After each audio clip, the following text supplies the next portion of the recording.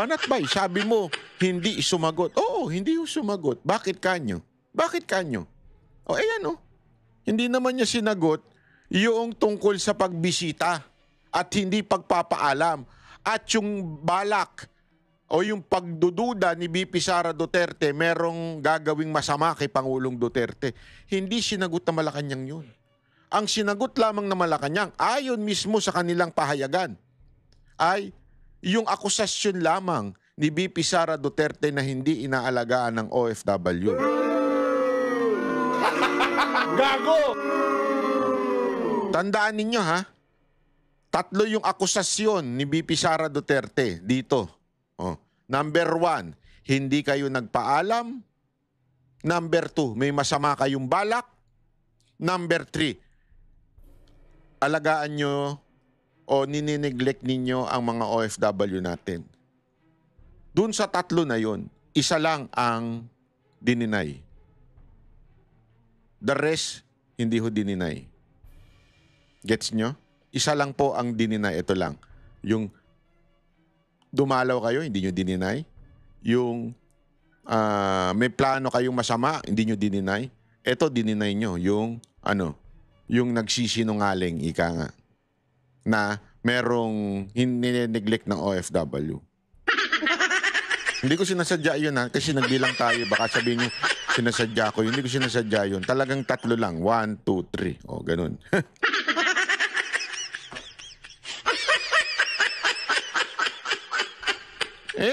Bakit ganun? Ha? Bakit gayon? Anong meron? Bakit?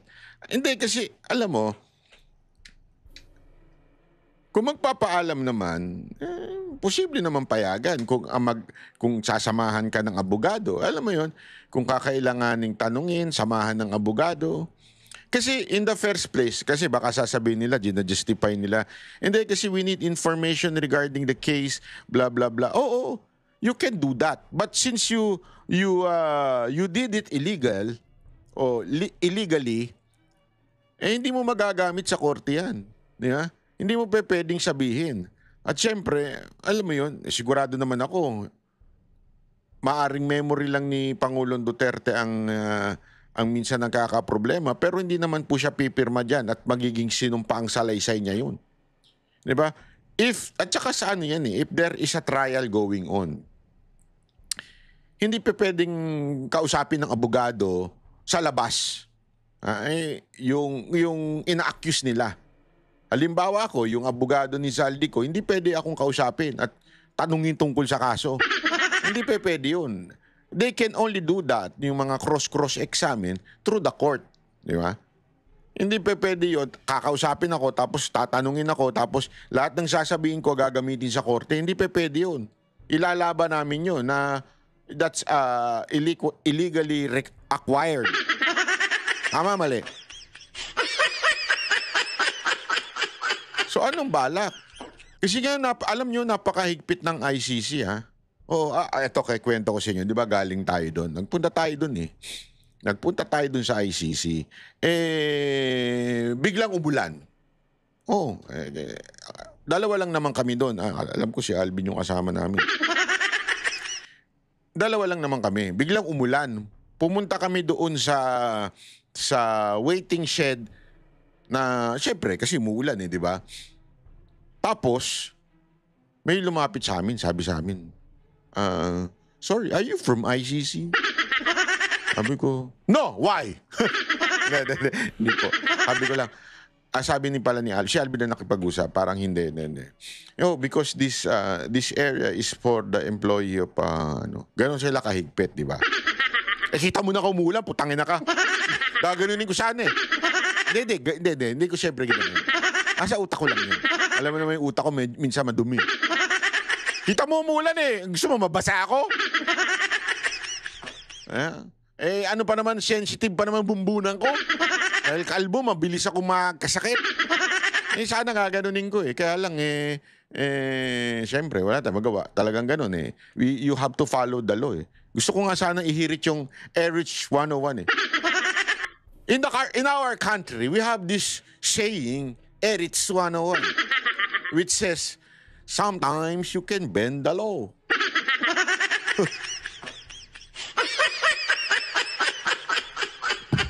Yeah? Wala, baka sabihin nila, tangin. Who is that stupid Erich? Sabihin siguro nila yun. Sabi ko, never mind him. It's just katang isip. Ano bang katang isip sa English? It's just the fantasy. Whoa.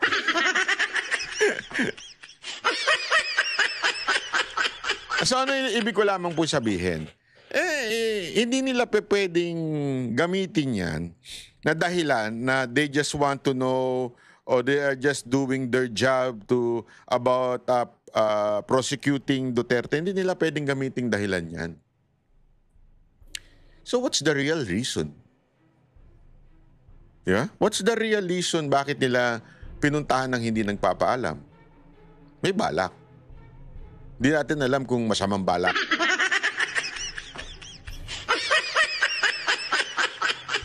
Basta ang sigurado tayo, umamin.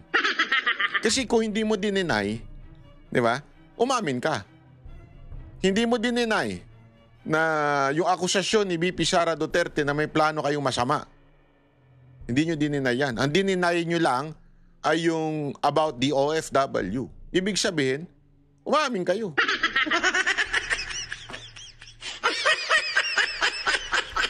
Yeah, maybe. Maybe. I'm not saying as a fact. I'm asking you. Bakit di nyo dininay? Ibig sabihin ba may plano kayo? Yun ba ang ibig nyo sabihin? Kasi di nyo dininay eh. Di ba? Ano, Auntie Claire? What's happening? Di ba? Anong plano nyo? Bakit gayon? Sabihin nyo ng maigi. Kasi kaduda-duda talaga eh. Kaduda-duda yung ginagawa ninyo. Di ba? So, naku po. Ay na. Anyway. Basta, ito lang. Ito lang masasabi natin, ladies and gentlemen. Maging mapagmatsyag tayo dahil lahat kasi gagawin nila eh. Lahat po gagawin nila para maipanalo ho ang 2028 na eleksyon. So, itong mga ganitong move, siguro, ewan ko, if they are seeing na, di ba, remember kasi obserbahan mo yung konteksto. Remember, isang araw lang, in-announce ni Pangulong Sara Duterte na meron ng bansang tatanggap kay Pangulong Duterte. Natatakot ba sila na mailabas si Pangulong Duterte at maaari siyang gumawa ng mga video campaigning for his candidate on 2028? This is all politics, people of the House. Na maboost ang moral ng mga Duterte supporter. Natatakot sila kay Pangulong Duterte pag nagsalita siya. Maybe ganun. Kaya tuloy, the best way is for PRRD1 to stay in ICC forever or something happen to PRRD. Naku po, patay tayo dyan.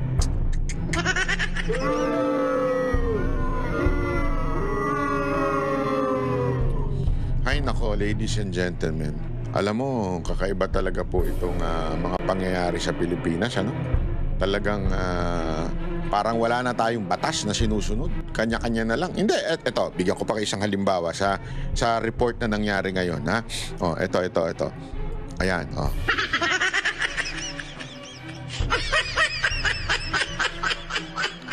Ayon sa Batas PH, Batas PH, Ombudsman grants Boying Rimulya clearance. He has no pending case. Naku. Gago! Alam nyo, ladies and gentlemen, meron tayong nakita na sinertify mismo ng isa sa mga dyan sa ombudsman na sinertify na meron talagang case kasi 'di ba nagsampa ng kaso. I think it was Basti Duterte and another person, 'di ba? Nagsampa ng case against Rimulya. So anong sasabihin ninyong may clearance? Pangalawa, mismong sabi nga ni Amy Marcos hindi pa tapos yung case niya. Bakit? Kasi may motion pa eh. 'Di ba? When you say may motion pa, hindi pa yon final and executory. Unless merong final and executory yung decision, that's the only time na final. Kaya nga may final and executory. Ala namang final pero walang hindi final. So, pagka may final and executory, yun yung final. Eh wala pa nga, may motion pa. Therefore, there is an existing pending case. Again, dito kasi hindi ko sinasabi conviction. Ang sinasabi dito, pending case. Is there an existing pending case? Obviously. So what is this? Ganito nila sinasagasaan ang ating batas. This is an example of Erich 101. Sometimes you have to bend the law. Gago! At yung Remulla 102. Yes, we will bend the law. We can bend the law, di ba? Yan ang antindi talaga ng iba talaga ho itong bayan natin, di ba? Oh, ay nako. Anyway, ito pa. Panoorin natin ito ha. Matindi ito eh. Yan. Wait, chotomate. Oh, ito. Itong sinabi ni Erwin Tulfo. Oh, anong dahilan niya? Kung sincere ka talaga and para maging credible ka, gusto mo tumulong sa gobyerno, isuli mo yung mga ninakaw mo. Dapat. But then what do you make of Senator Marcoleta's statement wherein he has a point here that it is not required under the law to apply for state witness? Sinabi ni Senator Marcoleta, restitution will be decided by the courts. Tama naman yung Ms. Karen, I don't disagree with that, what Senator Marcoleta said, di ba? Pero yung sinasabi ko lang naman, the DOJ, the Secretary said, baka pwedeng pakiusapan natin na parang kung sincere ka doon sa pagtitistigo, isoli mo yung mga ninakaw mo. Besides, sabi niya, yun na din, sigaw ng taong bayan. That's what I was saying. So, parang the Secretary was saying, voluntarily, you surrender it. Kasi Ms. Karen, kung titignan mo, let's look at this. Magiging state witness ka. And if you become a part of the WPP, Witness Protection Program, secured ka na, absuelto ka baka sa kaso kasi magiging state witness ka, titistigo ka hindi ka nakasama sa prosecution. Kung hindi mo susoli yung pera, nasa sayo na. So after the case, pupunta ka ng abroad, dahil state witness ka, tatago ka na, dala-dala mo yung pera ng bayan. Kaya I see where Secretary Remulla is coming from. Bago ka namin gawing state witness, ibalik mo muna yung pera, di ba? Kung talagang sincere ka. And that... Biglang kumabigo si Erwin Tulfo. Alam nyo, ladies and gentlemen, simpleng-simple lang naman po ito.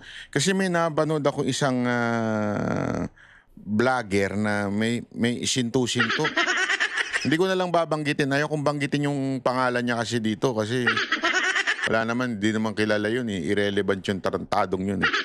Sabi nung itong isang tansong vlogger, pakinggan nga natin. Sandali Kasi para lang, ayoko nang dito yon, ayoko nang ilabas dito yon kasi sabi ko nga sa inyo, pag sinto-sinto, hindi na dapat pinapansin yan eh. Kaya lang yung kanyang argumento yung kanyang argumento ang ating importanteng pag-usapan. Okay? Ito yung sabi niya, wait chotomate.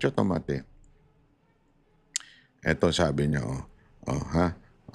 wait lang, hindi paparinig ko na lang sa inyo Medyo sagad sa katangahan itong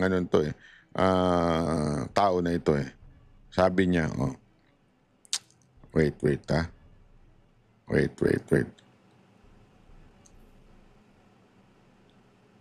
Ayan. Dito kay Marcul. Ito. Di ko na lang sa inyo para wag nyo nang dalawin, dagdag engagement lang yung kububukan. Sa Senado dahil dito kay Marcoleta na pilit na sinasabi na huwag daw ibalik ang mga perang ninakaw ng mga diskaya, no? Dito pa lang, tanga na Hina ng comprehension. Sabi daw ni Marcoleta, wag ibalik. Ang bobo ang putang ina. Saka nakarinig ng ganun. Hindi, di ba? Walang sinasabi si Marcoleta na wag ibalik. Restitution is after. Bakit kanyo? Pagsalitain nyo muna, alam mo, ganito yan strategy yan na kailangan mo, sige, aanuin mo muna. We will do all your support. susuportahan ka namin, lahat, anuhin namin. Basta sabihin mo lahat ng gusto mong sabihin. Sino ang dapat mong i-booking mo na lahat. Di ba? Sabihin mo na, wag ka nang basta kami nang bahala sa'yo. Oh. Pero again, may pending case pa eh. Pwede mo naman kasuhan eh. Di ba? Hindi naman yung katulad dun sa mga papanood mo sa pelikula na gumawa ng kasalanan tapos porket sa dulo may ginawang kabutihan, wala na kaagad. Yung napapanood nyo? Hindi ganun yun. Ang sinasabi dito, hayaan nyo muna magsalita yung tao, di ba? Oh. Pagsalitain nyo muna ng magkaalaman. Oh, di ba?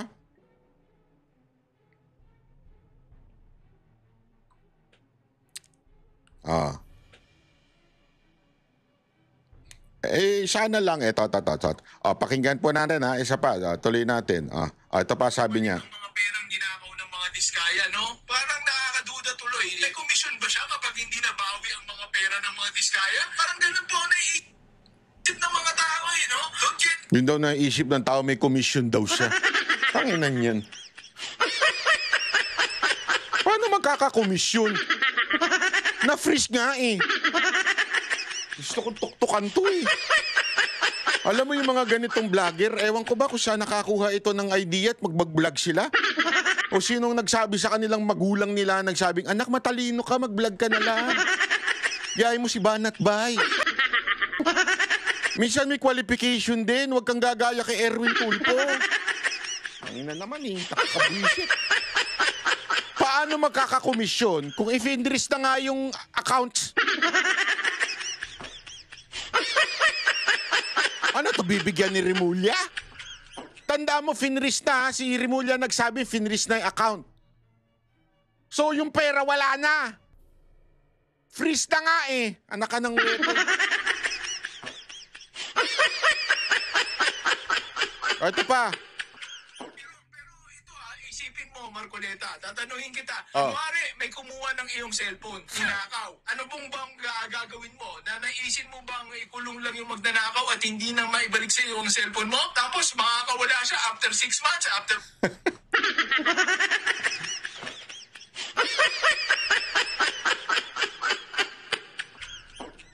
Ako may payo lang ako dun sa mga gustong mag-vlog Tangin na mag-aral muna kayo, pwede. Mag-aral muna kayo ng batas, kahit papaano, kahit hindi kayo abogado, para hindi na kayo nang nagbumukhang tanga. Ang pinag-uusapan dito, yung witness protection program. Ang pinag-uusapan dito, yung requirement of the law, na hindi ikaw ang pinaka-guilty. Ibig sabihin, meron pang guilty dun sa crime. Mas guilty sa'yo. Okay? Tapos ikukumpara mo sa cellphone na ninakaw na ikaw lang naman nagnagnakaw. Gago! Di ba, alam mo, ewan ko sa'yo, Tutoy, ha? Medyo, ka nga, mag-aral-aral ka nang hindi ka nagmumukhang pitsu-pitsu na vlogger. Hindi mo pwedeng i-compare ang Apple dun sa Star Apple. Bakit ba? Natbay pareho naman silang may Apple. Iba pa rin yun. Ito kasi, meron gusto tayong malaman na sino pa yung mastermind behind it. Di ba? Hindi yung susuli mo yung cellphone, papatawarin ka, napala mo? Wala. Nalaman mo ba may mastermind? Doon sa pagnakaw ng cellphone, magnanakaw lang ng cellphone, may mastermind pa? Putangin na niyan. Nakakainit ng dugo itong mga ganitong tao eh. Again hindi natin pinapakita dito kasi ayaw na nating kawawa naman yung katangahan nitong vlogger natin. Inaano lang natin yung audio para yung kanyang issue tayo. Yun ang pag-usapan natin. Yung argumento niya ang tinatabla natin. Hindi siya. Malay mo, napag-utusan lang ito. Hindi natin alam. Kung malay mo, kung nabigyan lang ito, kaya ganito magsalita, di ba? Ayaan na ho natin. Ha? After 6 months, after 1 year, ganun po ba ang gusto mo? Ganun din po ba yung mga taong bayan? Bilyon-bilyon. No? Tapos ikukulong mo si Magdiskaya. After 5 years, makakalaya. Tapos happy-happy na naman sila. Ganun po ba ang nais mo? Kaya napaka-logical Remulla na ibalik ang lahat ng perang nila. Kasi daw makakalaya din. After 5 years. Alam mo, kung kakasuhan naman ng economic sabotage yan, hindi ho makakalaya yan. It will take time. Ay, nako. Sana, alam mo, Tutoy, sana nag-aral ka. Ay, nako. Anyway, ayoko nang patagalin itong issue niya ito. Baka may issue lang ito sa jowa niya. At walang alam mo, walang kulang sa pagmamahal. Kaya nag-vlog, di ba? Walang pumapansin, loser. Di ba ho? Baka lang naman.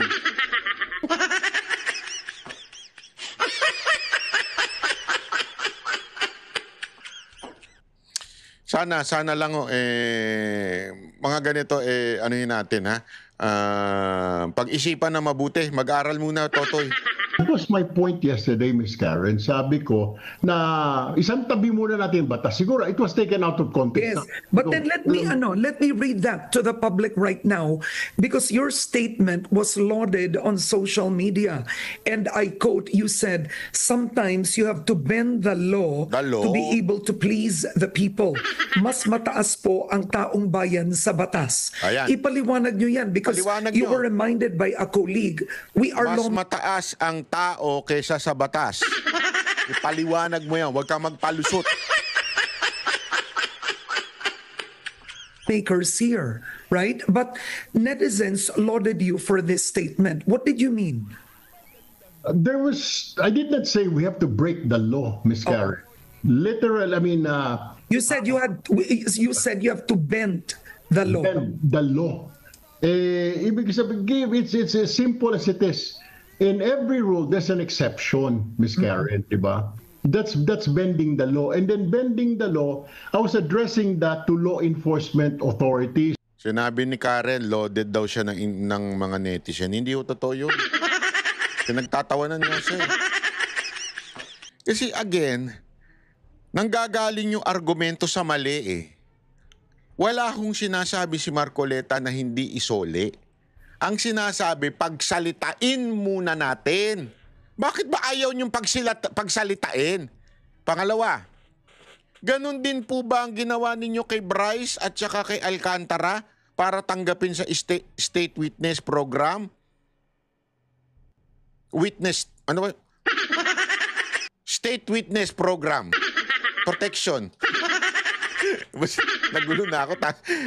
Nakakahawa si Erwin. Alam mo, kaya binabanatan to ni Ben eh. Alam mo, natawa ako dun sa banat ni Ben dito kay Erwin Tulfo.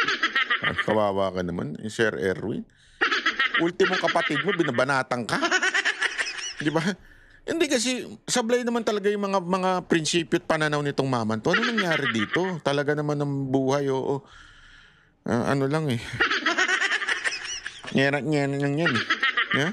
Hindi kasi nga, ladies and gentlemen, hindi naman sinasabi ni Marcoleta paulit-ulit. Hindi naman sa hindi natin. The restitution comes after. Pagsalitain muna natin. Bakit sila Bryce? Bakit yung si Alcantara? Ipapasok nyo dyan. Sinuli na ba nila lahat ng pera nila? Hindi naman eh. Pangalawa. Ito pangalawang argumento. Naka-freeze naman yung account. Sabi nito ni Boying. Pina-freeze sa AMLAC. So, anong gusto nyo pang isole? Ayan na nga. Tapos pag nagsalita, isosoli naman yung sasabihin ng korte. Let the court say it. Pag kasi sinabi ng korte, tapos ang usapan. Tapos ang usapan, ladies and gentlemen. It will be forever. Kasi hindi pwedeng basta, sinabi ko lang, o sinabi lang ni Remulla. Hindi pwedeng ganun. Let the law say it. The judge say it. The court say it. Para it will be written sa kasaysayan na pinasosoli.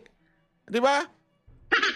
Halimbawa, yung pinasosoli ng ating korte na pera ng I think it was the, correct me if I'm wrong, it was yung pera ni Imelda ba or something. Di ba? At least Pagka sinabing mali ka, banat bay, hindi, nasa ano yan eh. Inutos ng korte yan eh. Di ba? Hindi pwedeng baliin yan. Kung gusto mong baliin yan, kailangan mo pang iakyat sa higher court yan. Di ba? Iyon yung ibig sabihin ni Marcoleta. Eto na naman to si Erwin Tulfo, ewan ko. To authorities, to even officials of the court of law. I'm not addressing it to the public, to every individual na we have to bend the law, violate the law. I was addressing it to law enforcers, people in authority, officers of the court. When you said bend the law, kasi Ms. Karen, even if you look at Google, the definition of bending the law is to execute the law with leniency or flexibility, provided it is for humanitarian reason. What are these humanitarian reason? Overspeeding sa highway. Pag hinuli ka ng traffic enforcer, ng highway patrol, why are you overspeeding? Pumutok na po panibigyan ng misis ko, kailangan ko dalhin sa hospital, kailangan po umabot. Do you think bibigyan ka ng ticket ng police? Hindi. Sige, go ahead. Curfew, minor, okay? 18, 16 years old, bawal. Sa Manila ngayon yata, may curfew sila ng isang Meron. minor. Okay, bakit ka nandito sa labas? Sir, nagtitinda po ako ng balot para may pangkain po kami ni mama dahil wala na po yung tatay ko. Ako na lang po buhay sana. Diba? These are the exceptions, Miss Karen. Diba? That's what I was talking about. Hindi yung bawat tao. Sometimes you have to bend the law for humanitarian reasons. And what did you mean in this particular sentence? How did you mean it in relation to the state witness issue? Because you meant it there. Dun mo Kasi they were saying due process eh. I heard they were saying na let's follow due process, okay? Kaya nga sabi ko, santabi muna natin kasi due process, when you say due process, we have to follow the law, di ba? Okay. Paano yung due process na we have to follow the law? Nagnakaw nga eh. Number one, may sigaw yung taong bayan, ibalik mo yan. Number two, napakasarap naman ng buhay mo, poproteksyonan ka pa ng pera ng taong bayan, inakaw mo na nga yung pera, binigyan ka pa ng security. Yun ang punto ko doon. Alam mo, mali kasi yung ginagamit nilang logic eh. Na ayan, bibigyan ka pa ng security, poprotektahan ka pa ng gobyerno. That's not the logic. That's not the reason why. Huwag nating ibahin, Mr. Erwin. The issue is para magsalita na sila. At ilaglag na nila dapat ang lahat ng ilaglag. Unless ayaw mo yun. Unless ayaw mo malaglag yung dapat malaglag.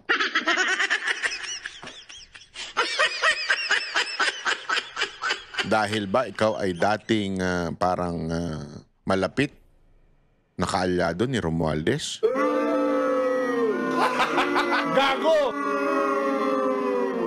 Kasi sana kung the same treatment ang ginagawa ninyo kay Bryce at kay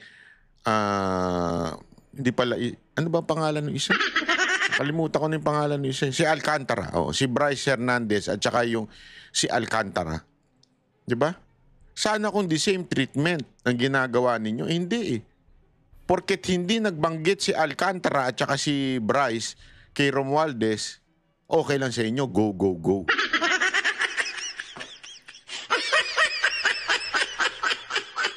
Diba? Halatang halata, sir. Naku po. We have to set aside that law and then siguro kailangan mo nang isoli yan. Hindi ko naman sabi, we bend the law, pumatay tayo, magnakaw tayo. I mean, that's not correct, Ms. Karen, yung interpretation. Bend the law, meaning to say... Mali ka kasi.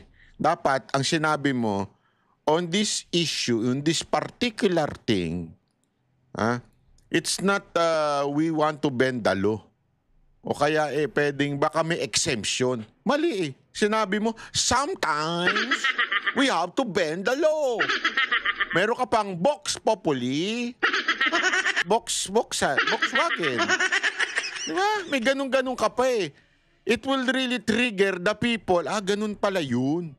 O pwede na tayo magwarla-warla basta sama-sama ang boses natin.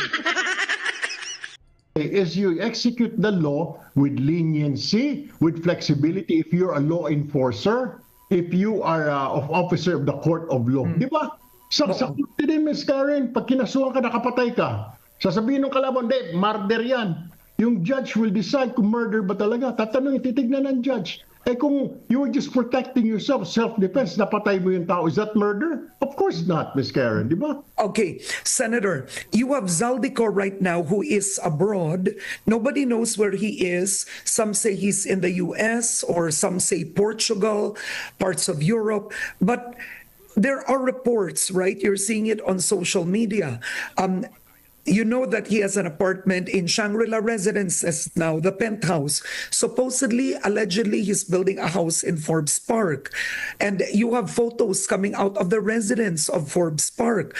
Ang tanong ko, how can, at this point, the government already freeze the physical assets? Because ang na-freeze na assets ngayon, Jinggoy Estrada, am I correct? Kasama po ba si Zaldico sa na-freeze? That's according to the news reports I also saw yesterday afternoon. There's some online news ng mga media organizations na lahat ng kinasuhan ng DOJ nirecommend ng NBI sa AMLAC na i-freeze yung kanilang mga assets, Ms. Karen. Kasama yata dyan si Congressman Zaldico. Because the only thing that they can freeze are assets in the Philippines. Most likely, these congressmen have already moved it out of the Philippines. So physical assets ang masiseize. May tanong nga ang viewer dito, hindi ba pwede pasukin daw yung condominium? Baka may cash doon. Well, trespassing naman, ika nga, violation of... But sometimes we have to bend the law.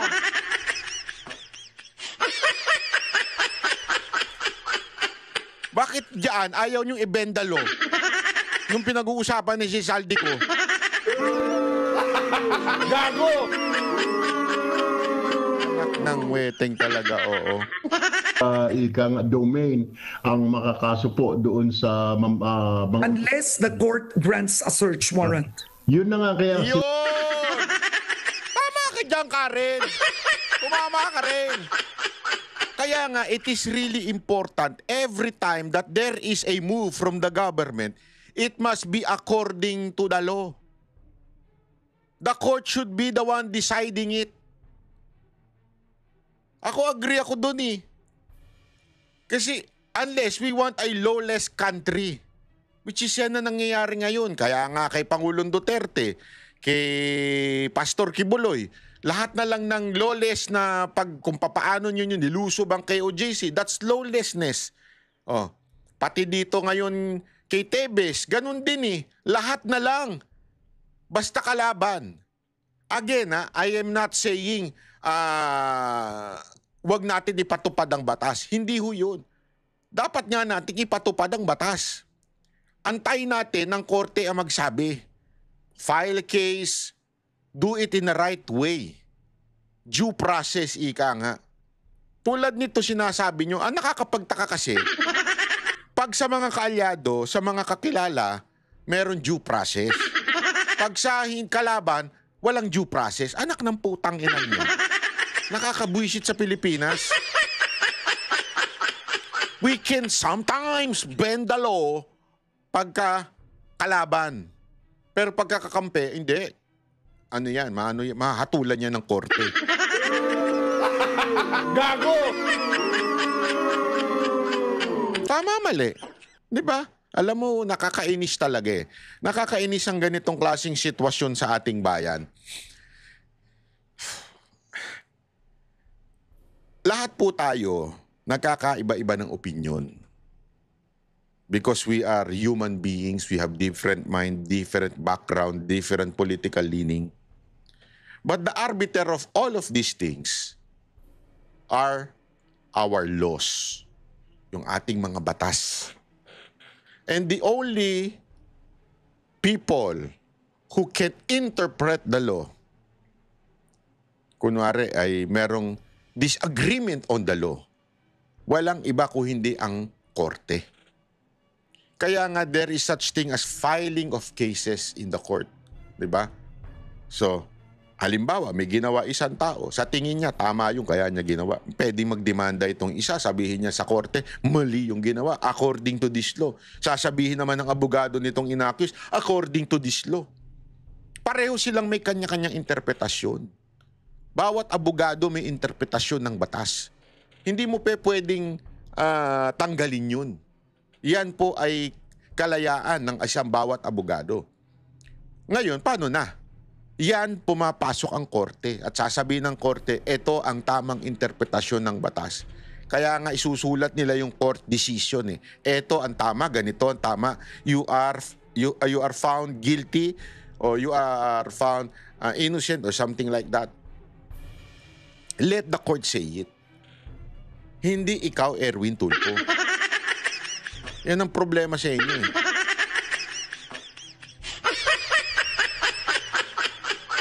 Kaya ka nasasabon ng kapatid mo. May sa mga ganyang estilo mo. How I wish la talaga pumasok din si Ben. Ano? Hindi ako, kasi ibang-iba ko kasi si Ben. Si Senator Ben, ibang-iba ho siya mag-isip sa mga kapatid niya. Kaya nga narinig ko, ganyan sinabi niya. Sabi ko, parang si Aimee to. Sabi niya kasi, wag niyo akong tawaging Tulpo. Tawagin niyo akong Bitag. Kasi iba ako sa kapatid ko. Naku, sabi niyo. Ako din, wag niyo akong tawaging... wag ganun, Banat Bay. Pareho naman kami ng kapatid ko. Pareho kaming... hindi kami parehong ano, secret. Basta, pareho naman kami ng prinsipyo sa buhay. Anyway, yun lang po mga kababayan. Sana po, kasi alam mo, mali ito, maling-mali ho ito. Itong klaseng ganitong pananaw. Delikado ho ito, nakakatakot ho ito.